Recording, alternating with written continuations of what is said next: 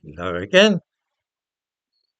When a Nigerian was awarded the title of Miss Ireland in 2021, it cannot be said that the decision to hand the title to somebody who had not even been born in Ireland was greeted with universal acclamation.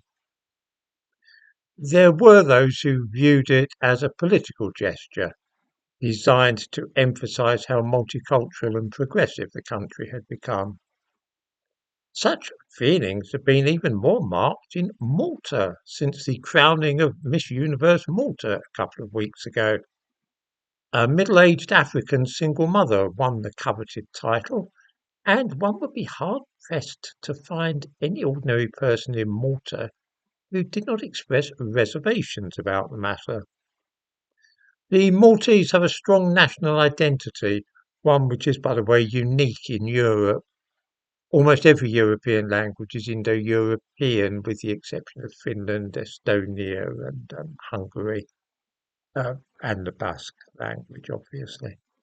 Malta is the only European nation to speak a Semitic language, which is, for historical reasons, based upon an archaic form of Arabic.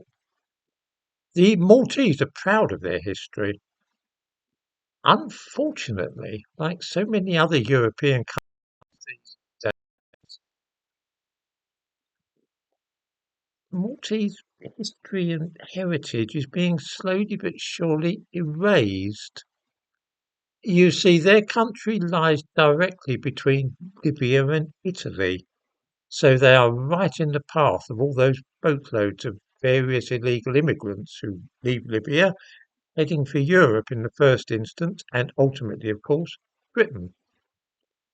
I say illegal immigrants, but of course the correct expression these days, as modelled by our Home Secretary Yvette Cooper, is of course irregular migrants, which sounds so much more sympathetic and understanding than illegal immigrants. Over 20% of Malta's population these days consists of foreigners, and being such a small country, it cannot be long before their nation is completely internationalised and becomes the first example of a truly transnational territory.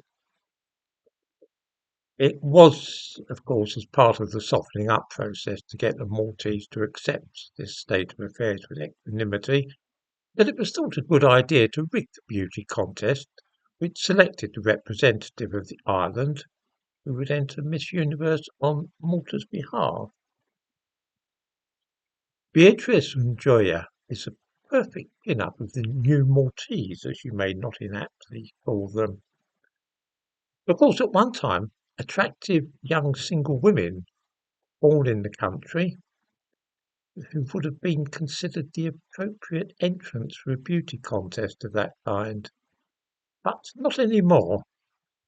With the best will in the world, nobody could really describe Beatrice Njoya as young, single, or attractive, and nor was she born in that country.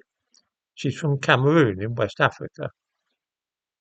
She might not be the sort of person who would once have been in the running for even entering in a competition of this kind, but boy, does a 39-year-old mother of three, who also happens to be a domestic abuse survivor, tick all the current boxes. She was a shoo-in for the title, really, judged by modern standards. There has been a good deal of unease, not to say annoyance, in Malta among ordinary people there who don't buy into the globalist dream of a world without frontiers. In the description to this video, I give a link to a news article from Malta, in which we read that Malta's Parliamentary Secretary for Equality says that any comment about the skin colour of the winner is offensive. Well, that's the Maltese people told then. When anybody complains about this kind of thing in Britain, some smart aleck is sure to remind us that immigration from Africa, the Caribbean, and the Indian subcontinent is really karma or payback for our having exploited those parts of the world through the establishment of the British Empire. It is difficult, though, to apply this same logic to a country like Malta, whose people have simply lived quietly in the Mediterranean for centuries and just wish to be left alone to pursue their traditional isolation. The Maltese cannot see why they should be expected to accept an invitation of small boats, such as that which the British are currently dealing with.